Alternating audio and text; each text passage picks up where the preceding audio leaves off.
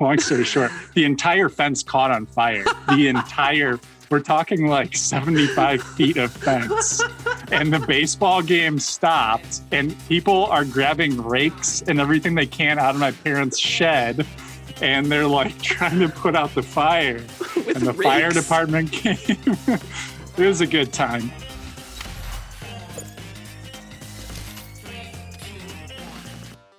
After college, I kind of wasn't 100% sure what I wanted to do. It's kind of on the early track of doing the community college jam for a couple of years and then go to a state school for a couple of years after I was a little bit more decided on what I wanted to do.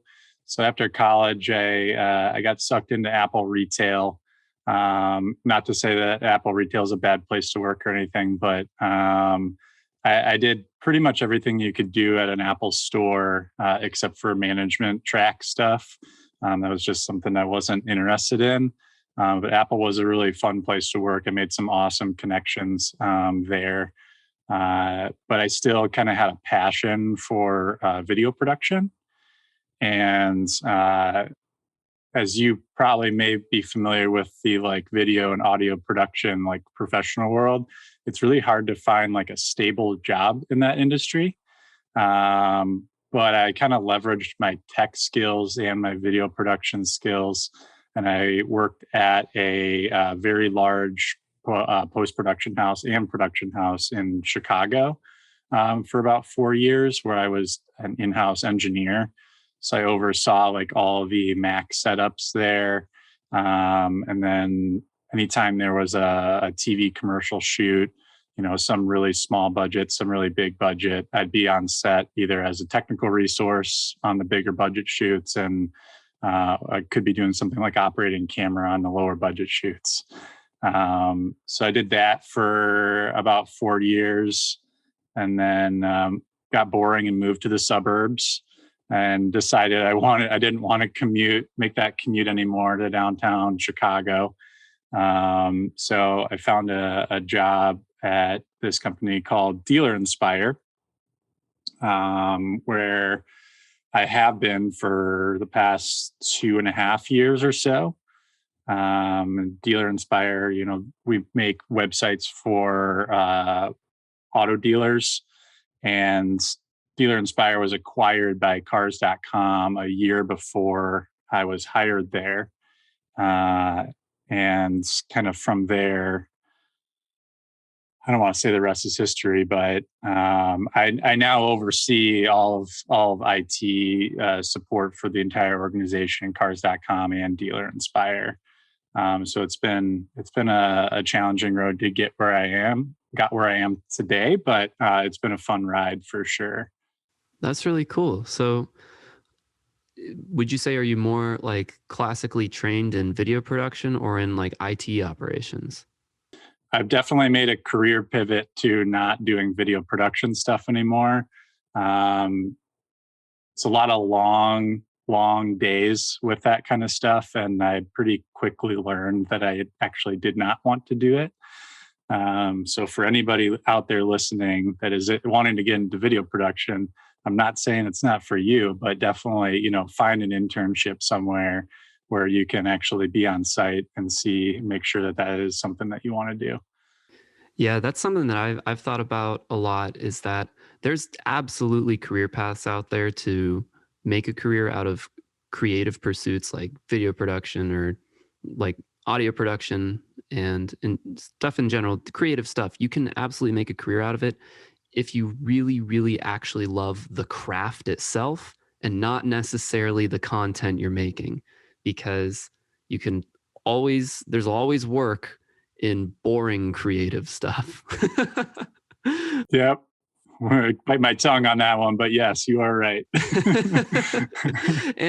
that's the thing, like, if you do really truly love the craft itself, you can absolutely find a really fulfilling career and job. And there's always opportunities where you can get really lucky and be working on something that the content's super fun and the process is super fun. But yeah, that's something that I've like thought about a lot in my career. And I got lucky finding this podcast that I actually thoroughly enjoy. and was able to use my production skills on. But yeah, no, that's awesome that you were able to find that. And yeah, there's definitely a big difference between, being the kid in grade school and middle school that has a video camera that knows how to use iMovie, and like actually taking those skills and putting them up on a professional level, to help with making TV commercials or commercials for the web. anyway, I'm curious, when you joined Dealer Inspire, what was the size of the company about? So when I joined Dealer Inspire in 2019, March of 2019, they had about 600 or so employees, if I remember correctly. And they have just been in a constant state of growth ever since then, which, is a great problem to have. So yeah, I'll leave it at that. Yeah, that's crazy. What would you say was some of the biggest challenges that you personally came up against with that scaling? So when I was hired, they actually did not have an IT person, let alone an IT department. At So 600? at 600, Wow, it's that's kind of one of impressive. those. They grew from about, and if my CEO ever listens to this, I'm probably botching the numbers, but they grew from in 2016 from about 50 or so employees to about 600 employees in a few years. And sometimes those back end support roles kind of get left in the dust or forgotten about when it comes to growing a company, when you're focused on other facets of the job. But the company started as a digital marketing company called Launch Digital Marketing, and from there, one of the clients that they had was a dealership down the street, and they made the dealership website. And I mean, I can say the rest is history for that one. So the marketing company is still alive and well, but Dealer Inspire is now the crown jewel, if you will. And now I want to say we're a little over 800 employees now. So we've added about another 200 employees in the last 2.5 years since I started. But coming into a company that didn't have an IT person, and my background at the post-production house that I worked at, we definitely had some control over the computers and I had some ideas, but we didn't have a ticketing system or anything like that in my last job. So I kind of came in, I don't want to say flying blind, but I also kind of had like full control to do support however I wanted to do support. There wasn't some person that was like, hey, welcome to the IT department, only IT person, here's how we do things, kind of a thing. It was kind of like, hey, you're here. Can you like do all this stuff for us now? So yeah, I guess one of the reasons that drew me to the organization was they were all Macs, and for the most part, Dealer Inspire is still all Macs. There's like 1% Windows machines and like 3% Linux machines, but it's still mostly an all Mac organization. But one of my big mountains that I had to climb in the past year there was getting all of those computers managed. Because when I stepped in, the computers were all unmanaged machines. Just with there not being an IT presence, it was pretty much, someone from a department in the company would go out to the Apple store and buy computers and have them ready for that, like next week's of new batch of hires. So that was a huge challenge for me and my team that we accomplished in the last year, was to get everything managed, which we utilized JumpCloud for that after doing research on a couple different vendors. And we had some other like problems and things going on that, it seemed that one-stop shop JumpCloud could solve all those issues for us. That's really cool. Yeah, that's actually how we got connected, because a little while ago we had Greg Keller, the CTO of JumpCloud, on the podcast. But can you tell me a little bit more about like what your relationship was like with JumpCloud, going through making all those computers managed? Yeah. As far as like why we went with JumpCloud, they are kind of an all-in-one like directory as a service solution, because it was about a year ago we were kind of shopping different vendors um, for like things like SSO, cloud directory, device management type stuff, and we kind of wanted all that in one place, ideally. But we were doing our homework, and JumpCloud at the time definitely had a good, like a decent amount of device management things, but definitely not to like the extent that some other MDM services like Jamf have.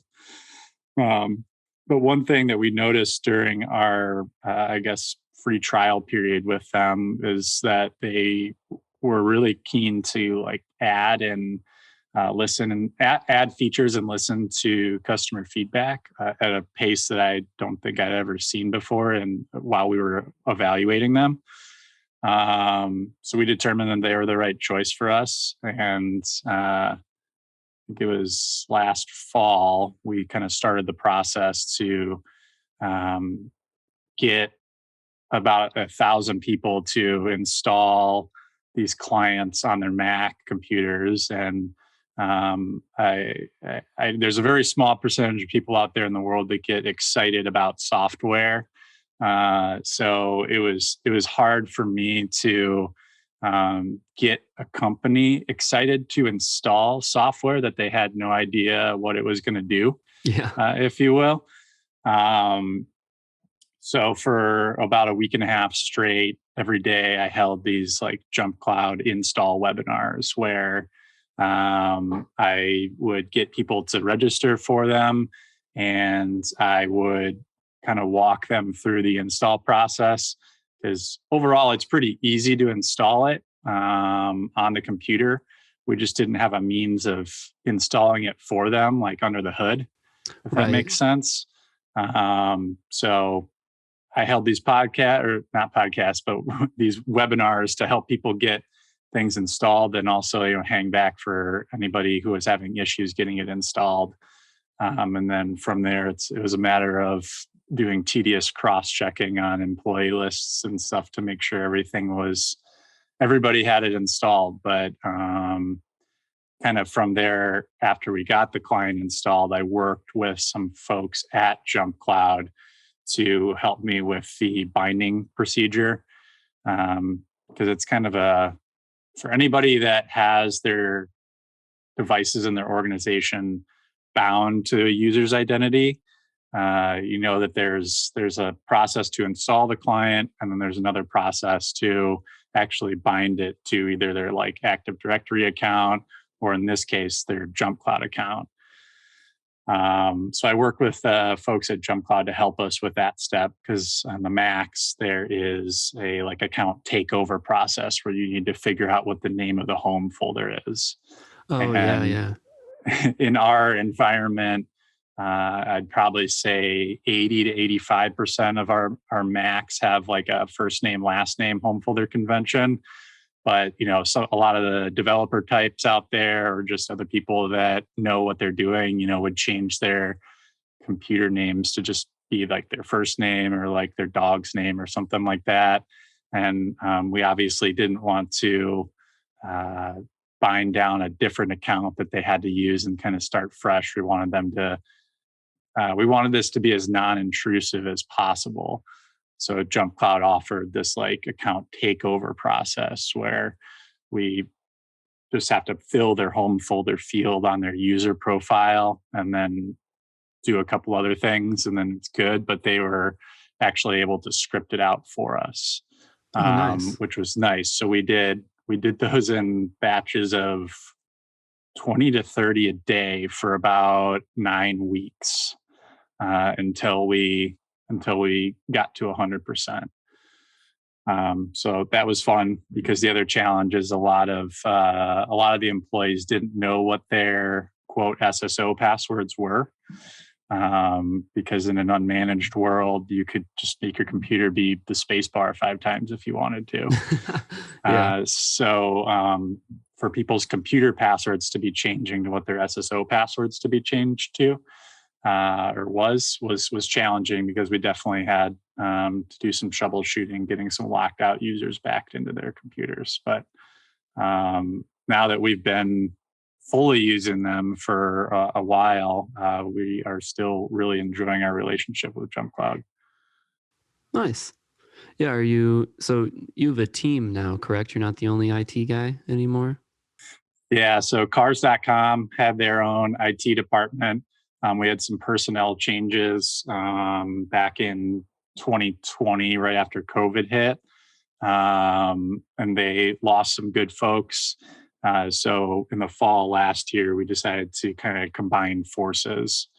So as far as my team that supports an organization of 1,600, it's myself and 3 others.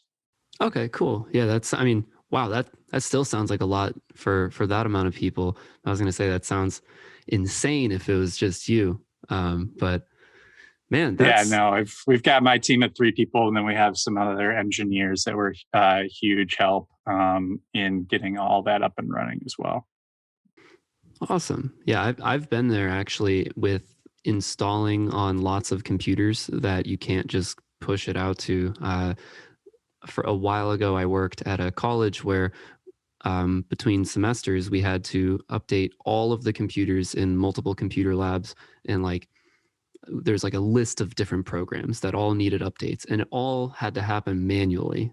So that was just like grind labor of like a team of like 5 people just going through, sitting at each computer for 15 minutes a pop, getting all the downloads going. And then you go back and check through and find all the ones that failed and redo those until you're finally done. And it's like, man, yeah, I feel a little envious that you were able to instruct people to do it rather than do it manually. But also, so are you able to now push out, now that you have JumpCloud on all these computers, are you able to push out updates yourself and not have to worry about that? As far as granular control over like OS updates, that is a feature that we are not able to do in JumpCloud. But apparently, that having more granular control over operating system versions is something that's on the roadmap for Q3, Q4, at least according to their most recent webinar that they had put on. So yeah, we can block people from updating to the latest and greatest Apple OS and Windows OS, but right now we don't have ways of forcing people to be on a minimum OS, if that makes sense. Right. And there's a lot of people in the organization that are big tech enthusiasts and always want to be on the latest and greatest. And then there's people on the opposite end of the spectrum that we ran into that were still running like Sierra, which was 10.12. Which hasn't been getting security updates for like 2 years now. So there were fun problems that we ran into with getting JumpCloud installed on all the computers, with some people saying, "Oh, it doesn't want to install." Well, okay, you're running Sierra. Let's get that operating system updated first. Yeah. I don't know. I think I actually fall a little bit into the bucket of the people you don't like. I'm always afraid that it's going to break some of my like audio programs and stuff. Yeah, you probably have several pieces of hardware plugged into your computer right now, and that talks to specific versions of like Pro Tools or something like that on your computer. And yeah, I totally get that being like frozen in time when everything works. You're just like, I'm just, going to leave things how they are, kind of. Just happy it works. Yeah, exactly. But yeah, I do definitely want to get those security updates, which I haven't been getting for a little while. But but I actually, one thing I wanted to ask you about was so a little while ago we had on this guy Syed from a company called Brinka, and they're in the cybersecurity space. And Their company is actually really cool. It's like this platform that just gives you a 360-degree view of your like strengths and weaknesses in terms of cybersecurity, and all the information that you need to like act on that and be a more secure company. But the one thing he was talking about a lot was how it's really challenging to build like a one size fits all solution to really anything. And so when you're making these decisions that affect the user experience for 1,600 employees, I'm just curious, how do you go about like getting feedback from the employees and trying to make everyone happy with their computer situation? That is a very good question. When it comes to like rolling out new like enterprise tools or security things, we definitely do a test with like a small subset of users just to see what that experience looks like. And now that we have JumpCloud, we are able to push out software under the hood very easily and very quickly. I mean, I can deploy a new piece of software to 1,600 machines in a matter of seconds, granted, if they're online. And once we build that command out in JumpCloud, but it's the end user experience that I'm always concerned with, because even if I can push it out and it gets 95% installed on their machine, but it requires the user to like log into something or click here then here, then now it becomes a project for our team to like babysit that process and make sure that it's properly installed on all the computers. Communication is pretty key in staying in touch with your end users. I hate to I don't want to say I hate to say this, but I know we use Slack and we use email, and I'm pretty vocal in like our company announcements channels and doing simple things like using emojis and GIFs. People really relate to that, and as like kind of reverse engineering that as possible of like, you need to install this extremely important tool that's required kind of a messaging. Throw a GIF in there, and all of a sudden, a huge chunk of the population actually like pays attention to the post, and you get like much higher like feedback slash like participation, if you will. So being able to make things easier as easy as possible for your end users, and also being able to like relate or like talk to them more. I'd say Cars and Dealer Inspire as like a whole are on an average is probably on the younger side of things. So they probably like the GIFs and emojis and things like that a little bit more than maybe some other organizations do. But I think when most people think of an IT department, one of the things that comes to mind is the classic IT crowd where, they're sitting in like a basement with no windows, and they just kind of sit there and they tell people to reboot their computers. But I kind of like being the opposite of that.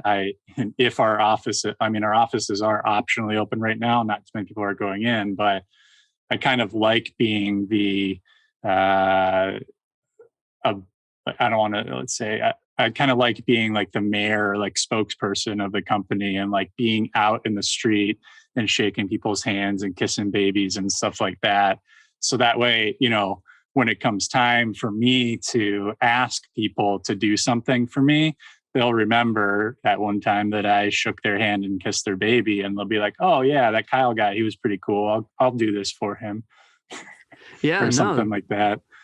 That's awesome, man. And I feel like that's such a good like actionable kind of answer for operating in the remote world. Like it's not always that complicated. Just throw in some GIFs, throw in some emojis. People like it. That actually kind of makes me think of like something I do at our company is weekly we give like a production update of like all the stuff we made and all the stuff that went out that week, because we do a lot here. And I always go out of my way to take a shot of espresso before the meeting starts, be really excited and kind of try to get everyone jacked up for the production team. Cause that, I mean, it makes like our salespeople feel better about what they're selling. They're like excited about it. It makes our production team feel like recognized and like they're having a good time. And yeah, it's just like important to kind of give that human touch to everything you do, especially when it's coming through via a Slack message and you hear that shing, ka, ka, ka. You're like, oh man, what is that? What do I have to look at right now? Oh, it's a funny GIF. Nice. Thanks, IT guy. Exactly. I want to ask, like, before we wrap up, I want to ask just a couple like kind of leadership questions. So you said you lead like a small team of 3 people there, and I think a lot of the time on the podcast we tend to kind of focus more on the leadership style and lessons around leading larger teams, but I think there's like probably a lot higher quantity of managers out there that are leading smaller teams. So I'd love to get into that a little bit. How do you describe your personal approach to leadership at your company? I like my team because this is how I learned along my way at the organization, and I like my team to like learn the hard way, or like getting thrown in the fire, if you will. I feel like learning from experience is the best way to learn. I mean, that's my mom would probably tell you that's how I learned things growing up. It's like, see, you don't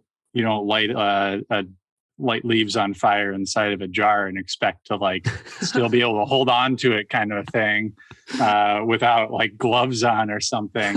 And it's like I learned the hard way a lot. There's a huge story behind that, by the way, but that's kind of how I learned growing up, and I've kind of applied that to like that is how I learned to this day, where it's like I've definitely in my past like pushed out like a piece of software to like half the org that they got presented with a pop-up that I had no idea they were going to get that pop-up, and now I have like 300 people pinging me on Slack saying, what the heck is this? So we've all had our like, oh crap moments. And like, I do feel like that is the best way to learn, is to just do it. And most things out there in the world you can fix, or you can reverse. You can kind of hit that Command Z key and reverse what you just did. But I think our team, we actually just added the 3rd person a couple of months ago. So it was only just me and 2 other people, but we're a little close family, and we leverage our communication tools to ask for help when we need it. But I really just encourage them to just, when they see something come into our ticket queue, to just grab that ticket and try to figure it out, And if you need help, then just ask for it. And that helps build confidence in them. That's awesome. I wholeheartedly agree with that. Like, when I started hosting the podcast, we were originally planning on, I was going to like co-host for a while with the other host. Like we'd both be on and he'd kind of help me out. And then one week he was just like, hey, you want to do all 5 episodes this week? Just try it. I was like, okay, here we go. And that's just my most recent, but I'm with you. All of my training has been just like on the job, but so we don't have to get fully into the jar with the leaves story, but can I take a guess about, sure. Go ahead. All right. So Go ahead. The picture that popped into my head was that you had a nice, you went outside, got some kindling together, put together a really, really nice flammable jar of stuff. And you're holding it and you light it on fire and it starts going. And man, that is just fun for like a couple seconds. And then as soon as it hurts your hand, you drop it and the glass explodes. Maybe some glass cut you, or maybe the fire spread and you like burned a bunch of stuff that you didn't mean to. But those are my 2 kind of options of where it went. in my head. Were either of those it or both? You almost nailed it. I mean, I was in like 5th grade at the time or something. I can't quite remember the exact age, but my parents' house backed up to this like massive park, and there was a baseball field like right by it. And there was a baseball game going on at the time. And we had this like short picket fence, and it was the fall, and I was cramming some leaves in the jar, and I had like one of those long Bic like lighters, you know? Yeah. So I'm like, oh, this looks like fun. I was a terrible kid growing up. And so I was lighting this, I was trying to light these leaves on fire in this jar because I wanted to see what happened. And I very vividly remember an old lady who was spectating the baseball game, like coming up to the fence, and she's like, "Are you sure you're supposed to be doing that?" And I very confidently said back, "Oh yeah, absolutely.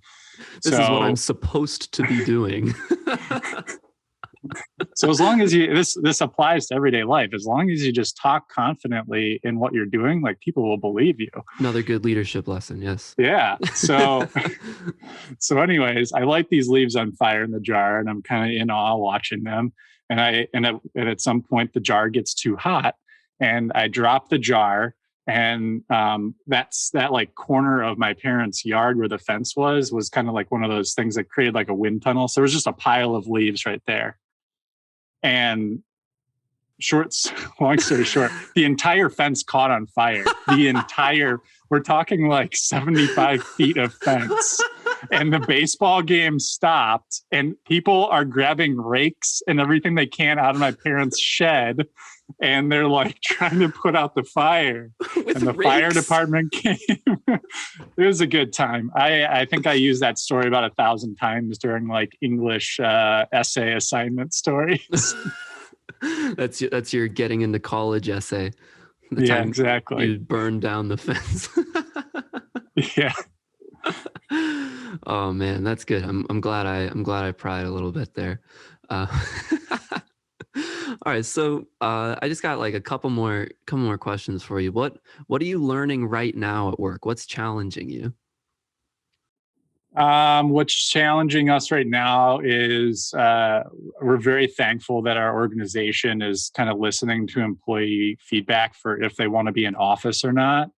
And for the most part, people just don't want to come back in the office, and the organization is totally respecting that, which is awesome.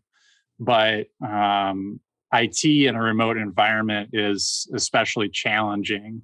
And when it comes to when you hire at a rate that we do, every single week, somebody on my team has to make the drive into the office and ship out anywhere from 2 to like 16 computers.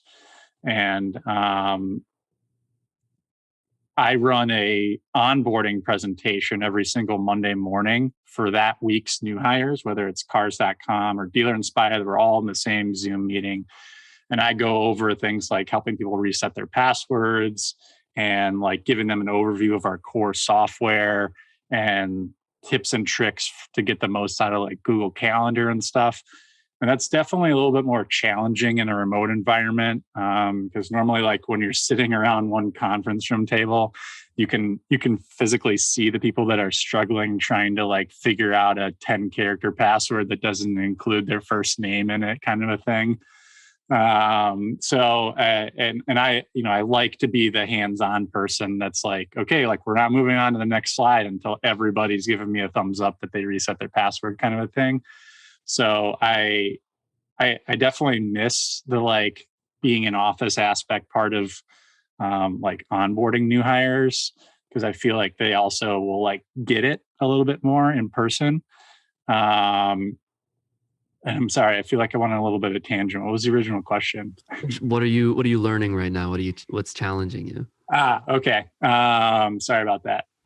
So I feel like you were on track. Yeah, I was. And then I was like, oh my gosh, what was the original question? Because I wanted to land on the answer for you. So I guess when we ship out computers, like we want them to be like as ready to go as possible for people. And that also helps minimize the amount of times people may install like malware on the machine too. So having like the essentials on the computer ready to go Slack, as you may or may not know, is kind of for those people who are not familiar with Slack or are the first time logging into it, it's a little complicated. You got to do this dance to get into Slack and trying to walk people through logging into Slack for the first time. Oh yeah, it's different than like every other Yeah, it doesn't really application. have like a straight up just log in button on there. Yeah. You got to go back and forth between the browser and Slack a couple of times. So like we've started to just log into Slack for people now. So on the onboarding call, I can just say like, look at that little rainbow icon on your dock and click on it. This is Slack. This is this. This is that. So I guess the challenge is just, catering to so many people's different like learning styles and whatnot. Because, you've probably heard this like saying, but it is much easier to teach people tech skills or technology things than it is to teach somebody to have like a good personality, if you will. So cars.com doesn't hire people based off of their tech skills for the most part, unless the position specifically requires it. Yeah.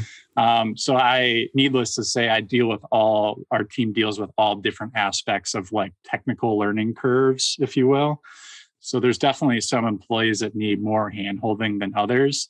And some of those things in person would just be so much easier than normal. And something I always encourage my team to do is, rather than troubleshooting an issue with somebody through like 18 back and forths on an email, just shoot them a Zoom link, hop on a call, and like you solve the issue in like 40 seconds rather than like a week of like back and forth on email.